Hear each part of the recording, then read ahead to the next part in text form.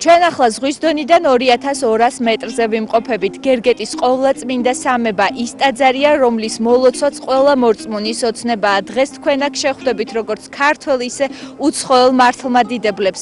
1980 წლის 16 ივლისი იყო, როდესაც სრულიად საქართველოს კათოლიკოს პატრიარქმა ეს დღე სიყვარულის დღესასწაულად გამოაცხადა, მას შემდეგ ყოველწლიურად გერგეტის სამებობა აღინიშნება.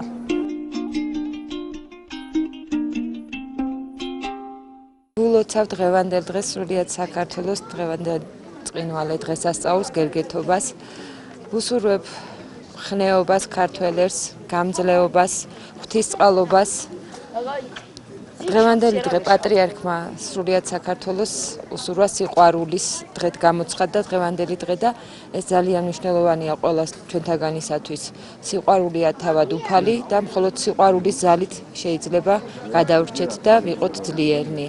ულოცავ გერგეთობას ჩვენ ქვეყანას, ჩვენ ხალხს, ქართველობას, უსურვებ გამძლეობას, უსურვებ გამარჯვებას მტერთა ბრძოლაში, უსურვებ რომ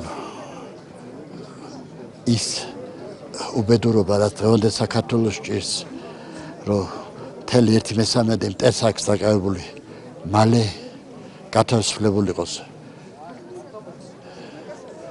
ჩვენი ქართველი ერის ძალისხმევით, ჩვენი ვაჟკაცობით, ჩვენი შემძლეობით, ჩვენ შეგვიძლია თუ შეგვიძლია ეს ტაძარი აიგო, თუ შეგვეძლო დარიალი გაგვემაგრებინა, თუ შეგვეძლო დარიალის გავლით აფხაზეთში შემოსულიყო ვახტანგ გორგასალი, ესეც შეგვიძლია. უნდა ვირწმუნოთ. გერგეტის სამება თვითონ ძალიან ლამაზი მონასტერია, ძალიან მიყვარს ეს დღესასწაული, რადგანაც მისმა უწმიდესობამ უფრო შეგვაყვარა. დღევანდელი დღე არის სიყვარულის დღესასწაული და აქაურობა ეს გარემო ყოველთვის არის ლამაზი, იმიტომ რომ უფრო ახლოს ხარ რაღაცნაირად ღმერთთან. გერგეტის ყოვლადწმინდა სამების ტაძარში სადღესასწაულო წირვა სტეფანწმინდისა და ხევის მთავარ ეპისკოპოსმა, ეგუდიელმა წალკის ეპისკოპოს იოანესა და სხვა სასულიერო პირებთან ერთად აღავლინა. მღვდელმთავრებმა შეკრებილ მორწმუნეებს დღესასწაული მიულოცეს, თითოეული მათგანი დალოცეს და გერგეტის სამების მნიშვნელობაზე ისაუბრეს. ჩვენ ქართველებს სითბო და სიყვარული არ გვაკლია, მაგრამ გარკვეულწილად განსაცდელების ჟამს სიდუხჭირეს გავიქცით ხოლმე ხანდახან და ჭირდება ერთგვარად შემაგრება ერთმანეთის, რა თქმა უნდა. შემთხვევითი არ არის, რომ მისმა უწმიდესობამ დღევანდელი დღე დააწესა, თავდაპირველად იყო როგორც სიყვარულის დღე, მაგრამ სიყვარული თვით ღმერთია და სიყვარულში ვერთიანდებით ყველანი, აბსოლუტურად ყველა ადამიანი, ყველა ქრისტიანი. და დღეს არის, როგორც ვთქვით, გერგეტის სამებობა და ულოცავ ქართველ ხალხს, სტუმრებს, რომლებიც მობრძანებულები არიან სხვადასხვა კუთხეებიდან, ეპარქიებიდან და გაუნაწილოთ ჩვენი სიხარული. დღესვე გერგეტის სამება საქართველოს პრეზიდენტმა გიორგი მარგველაშვილმა ოჯახთან ერთად მოილოცა. გერგეტის სამებობის დღესასწაულზე აქ უამრავი ადამიანი იყრის თავს. მორწმუნენი სხვადასხვა ეპარქიიდან ჩამოდიან. მეტიც აქ მოსულ ადამიანს უამრავი ტურისტი ხვდება. ადამიანები, რომლებიც აღფრთოვანებულები არიან გერგეტის სამების ადგილმდებარეობით და ბუნებით. მე ინგლისიდან ჩამოვედი, აქ ფესტივალზე ვიმყოფებოდი. არც ვიცოდი თუ ტაძართან ამოსვლა მომიწევდა. ახლა კი ვხვდები როგორ გამიმართლა. საოცარია ბუნება, ენით ვერ აღვწერ იმ სილამაზეს, რაც აქ ვნახე. ყველა ტურისტს ვუწევ რეკომენდაციას ისე არ წავიდნენ საქართველოდან, რომ ეს დიდებული ადგილი უნახავი დარჩეთ. მე უკრაინელი ვარ და გერგეტის სამებობის დღესასწაულზე სპეციალურად ჩამოვედი საქართველოში. ჩვენმა ქვეყნებმა კარგად ვიცით ერთმანეთის ისტორია. მე ისიც გამიგია, რომ დღევანდელი დღესასწაული სიყვარულის დღედ არის გამოცხადებული. მე ყველას ვულოცავ ამ დღეს და ჩვენს ხალხს სიყვარულით სავსე გულებს, მშვიდობასა და სიმტკიცეს ვუსურვებ. აღმოსავლეთიდან არაგუს ერთვის, აჩხოტის ხევი, ამის ჩრდილოეთ არის სტეფანწმინდა, დაბა კარგი, დასავლით არის გერგეთი, არაგუს იქით კიდესა. ასე აღწერს ვახუშტი ბატონიშვილი ტაძარს, რომელიც სტეფანწმინდისა და ხევის ეპარქიაში მდებარეობს. ისტორიკოსის ცნობით ქვეყნისთვის ყველაზე დიდი ძნელბედობის ჟამს სულიერი საგანძური სწორედ გერგეტის ყოვლადწმინდა სამებაში ინახებოდა. საისტორიო წყაროებისა და არქიტექტურული სტილის მიხედვით გერგეტის სამება მეთოდი მე-14 საუკუნეშია აგებული.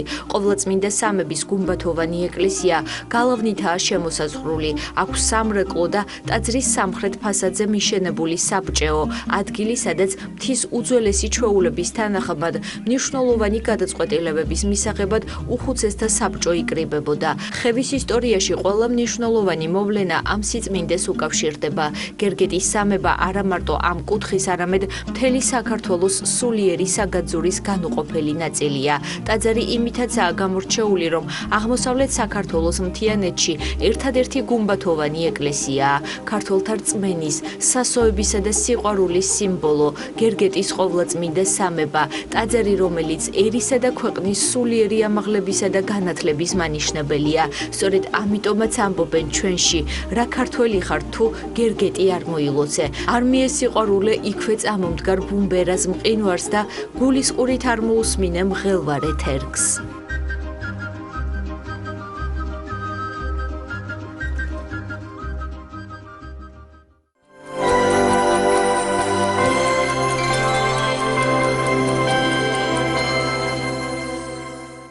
ქართული ტრადიციული საეკლესიო გალობის განვითარება, მისი სიღრმისეული კვლევა და პოპულარიზაცია. ამ საკითხებზე საეკლესიო გალობის სასწავლო-კვლევითი ცენტრის წარმომადგენლებმა იმსჯელეს. შეხვედრას ცენტრის ხელმძღვანელი ამბა ალავერდელი მიტროპოლიტი დავითი, გორისა და ატენის მიტროპოლიტი ანდრია, სხვა სასულიერო პირები, გალობლები და საკითხით დაინტერესებული სპეციალისტები ესწრებოდნენ. საღამოს დასაწყისში მოწვეულ სტუმრებს სიტყვით ამბა ალავერდელმა მიტროპოლიტმა დავითმა მიმართა. მან დამსწრე საზოგადოებას ცენტრის დაფუძნების ისტორია, მისი არსი და სამომავლო გეგმები გააცნო. აღსანიშნავია, რომ საეკლესიო გალობის სასწავლო-კვლევითი ცენტრი სრულიად საქართველოს კათოლიკოს პატრიარქის, მცხეთა თბილისის მთავარეპისკოპოსის და ბიჭვინთისა და ცხუმაფხაზეთის მიტროპოლიტის, უწმინდესისა და უნეტარესის ილია მეორის ლოცვა კურთხევით შეიქმნა და მის მთავარ მიზანს ქართული ტრადიციული საეკლესიო გალობის განვითარება წარმოადგენს. სინოდის კრების დადგენილების საფუძველზე შეიქმნა საეკლესიო გალობის სასწავლო-კვლევითი ცენტრი და დღეს არის ამ ცენტრის, ასე ვთქვათ, სამომავლო სამუშაო გეგმების წარდგენა გალობელთა წინაშე, გალობით დაინტერესებული ერის ადამიანების წინაშე და სასულიერო პირების წინაშე.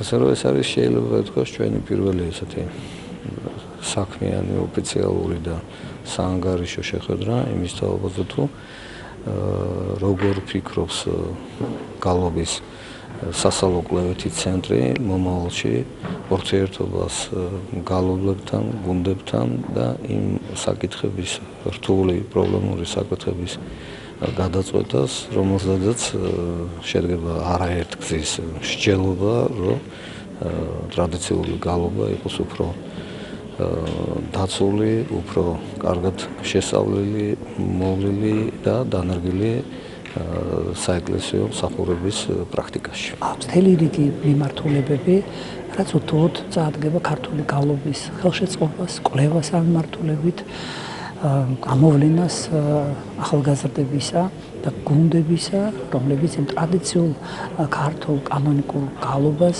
დაამკვიდრებენ და გაავრცელებენ ეკლესიაში. დღევანდელი დღე გაცნობიტი ხასიათის არის დამსწრე საზოგადოებას. ჩვენ გავაცნობთ ყოველი ამის შესახებ, თუ რა გზა გაიარა საეკლესიო გალობის ცენტრმა, როგორ მოვიდა დღემდე და დღევანდელი დღე და ხვალინდელ დღეზე თუ რას ვაპირებთ და რა გეგმები გვაქვს.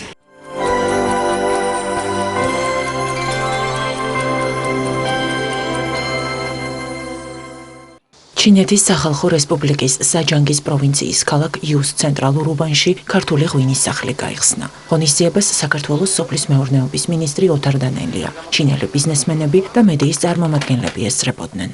ქართული ღვინის სახლში 30-მდე სახეობის მშრალი, ნახევრად მშრალი და ნახევრად ტკბილი ღვინოები იქნება წარმოდგენილი. ღვინის სახლში მალე ქართული კერძების დაგემოვნებაც იქნება შესაძლებელი. როგორც შეხვედრაზე აღინიშნა, მსგავსი ცენტრების გახსნა ჩინეთის სხვა ქალაქებშიც იგეგმება. ძალიან მნიშვნელოვანი ღონისძიებაა დღეს.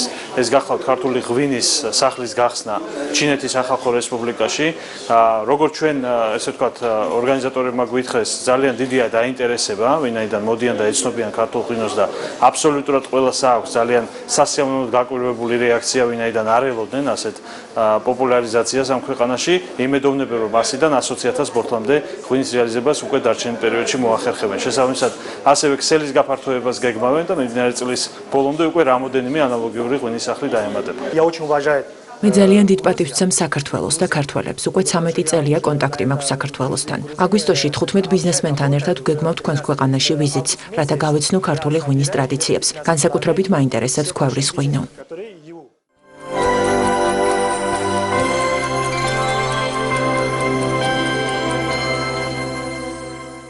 პირველადი ჯანდაცვა სამომავლო პერსპექტივები საქართველოში. ამ სახელწოდების საერთაშორისო კონფერენცია ეროვნულ სამედიცინო ტრენინგ ცენტრში გაიმართა. ღონისძიების მონაწილეებმა მომსახურების მიწოდების სისტემაზე, პირველადი ჯანდაცვის განახლებისა და რეინვესტირების საკითხებზე იმსჯელეს. ჯანდაცვის მინისტრის განცხადებით, საქართველოსთვის მნიშვნელოვანია სრულფასოვანი, თანმიმდევრული და კარგად დაბალანსებული მიდგომები. შეხვედრის ფუნქცია არის ის, რომ კიდე ერთი ნაბიჯი გადავდგათ პირველადი ჯანდაცვის რეფორმისაკენ.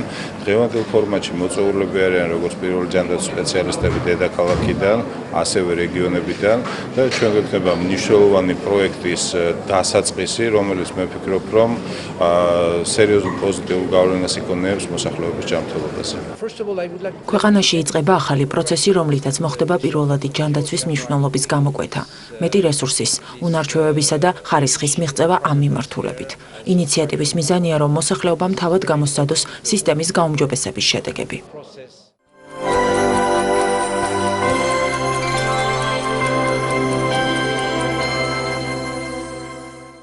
იუსტიციის სასწავლო ცენტრში არასრულწლოვანთა მართლმსაჯულების რეფორმის ფარგლებში ტრენერთა გადამზადება დაიწყო.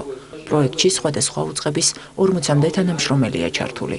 კურსის მონაწილეები შეისწავლიან ისეთ საკითხებს, როგორიცაა არასრულწლოვანთა მართლმსაჯულების საერთაშორისო ინსტრუმენტები, ანტისოციალური ქცევის ფსიქოლოგიური ასპექტები, ძალადობა და მისი გავლენა ბავშვის განვითარებაზე, დაზარალებული და მოწმე მოზრდის დაკითხვა. აღნიშნულ ტრენინგებს იუსტიციის სამინისტროს წარმომადგენლებთან ერთად უცხოელი და ქართველი ექსპერტები წარმართავენ. პროექტი 2 ეტაპად განხორციელდება და 16 ივლისს დაიწყება. პროგრამას ევროკავშირის ფინანსური მხარდაჭერით იუსტიციის სამინისტრო ახორციელებს. საქართველოს მიიღო თვისებრივად ახალი კანონმდებლობა არასრულწლოვანთა მართლმსაჯულების სფეროში, მაგრამ ერთია მიიღო კარგი კანონმდებლობა, მეორეა რომ ის დანერგო და ამოქმედო რეალურად. ეს კანონმდებლობა იმდენ სიახლეს შეიცავს, რომ მას ნამდვილად ჭირდება სპეციალური მომზადება, გავლიან მომზადება საერთაშორისო სამართლებრივ ასპექტებში, ფსიქოლოგიურ ასპექტებში, ეროვნულ სამართლებრივ ასპექტებში, გაიგებენ რეალურად რა სიახლეები იქნა შემოღებული.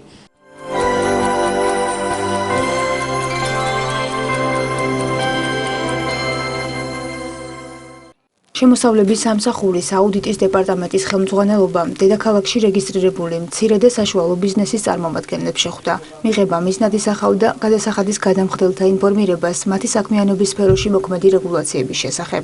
შეხვედრის მონაწილეებმა საგადასახადო შემოწმების დროს არსებულ პრობლემებსა და სხვა მნიშვნელოვან საკითხებზეც იმსჯელეს. ღონისძიების დასასრულს გადასახადის გადამხდელებს საშუალება ჰქონდათ უწყების წარმომადგენლებისთვის მათთვის საინტერესო კითხვები დაესვათ. საინფორმაციო შინაარსის შეხვედრას ესწრებოდა 50-მდე მეწარმე, რომელთა ინტერესის საგანს მშენებლობის, მომსახურების, ვაჭრობისა და წარმოების საკითხები წარმოადგენს.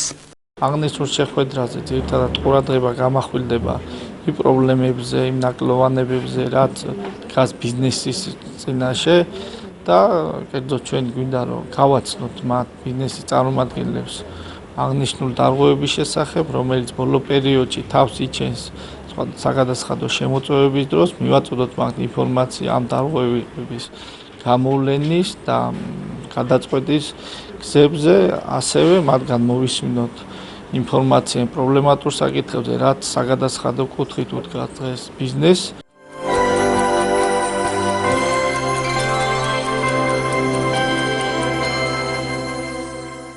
მასწავლებლის მომზადებისა და განათლების ადმინისტრირების სამაგისტრო ნაშრომების საჯარო დაცვა ილიას სახელმწიფო უნივერსიტეტში გაიმართა. შეხვედრას განათლების მინისტრი თამარ სანიკიძე, სკოლების დირექტორები, საერთაშორისო ორგანიზაციების წარმომადგენლები, სხვადასხვა უნივერსიტეტების პროფესორები და პედაგოგები ესწრებოდნენ. მასწავლებლის მომზადების სამაგისტრო პროგრამაზე წელს პირველად არის შესრულებული პრაქტიკის კვლევები, რომლებიც ზოგადსაგანმანათლებლო სკოლების ბაზაზე ხორციელდება. მაგისტრანტებთან ერთად პროცესში ჩართული იყვნენ სკოლების ადმინისტრაციები და მასწავლებლები.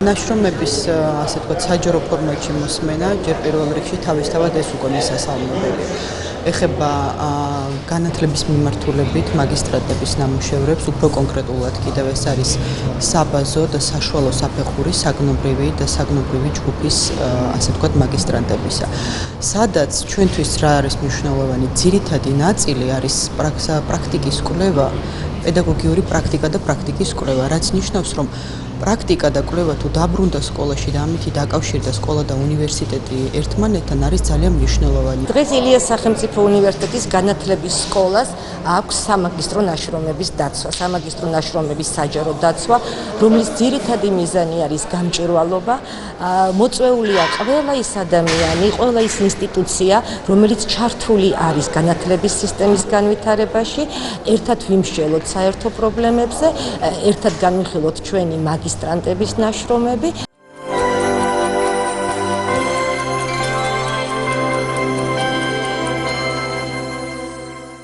ბავშვთა და ახალგაზრდობის ეროვნული ცენტრის მომავლის ბანაკში მოზარდების მეორე ნაკადი გაემგზავრა. პროექტის მონაწილეთა შორის არიან იუსტიციის სამინისტროს დანაშაულის პრევენციის ცენტრის ბენეფიციარები. ორგანიზატორთა განცხადებით პროგრამის მიზანია საქართველოში და მის ფარგლებს გარეთ მცხოვრები ახალგაზრდებისთვის არაფორმალური განათლების მიღება, ფიზიკური, სულიერი და ინტელექტუალური პოტენციალის ამაღლება და სოციალური ინტეგრაციის ხელშეწყობა. ბავშვთა და ახალგაზრდობის ეროვნული ცენტრის მომავლის ბანაკში ანეკლიაში დღეს მეორე ნაკადი მიემგზავრება, რომელშიც სხვებთან ერთად იქნებიან იუსტიციის სამინისტროს დანაშაულის პრევენციის ცენტრის 10 ბენეფიციარი. ჯამში ჩვენი ცენტრის 50 ბენეფიციარი დაისვენებს აღზრდილს ანეკლიაში. მნიშვნელოვანია იმ თვალსაზრისითაც, რომ უკვე ერთვება დანაშაულის პრევენციის ცენტრის მიერ მოწოდებული კანდიდატურები, ანუ მოზარდები და კიდევ მნიშვნელოვანია, იმიტომ რომ ერთდროულად 16 ქალაქის მოზარდები თავს მოიყრიან ანაკლის მომავლის ბანაკში.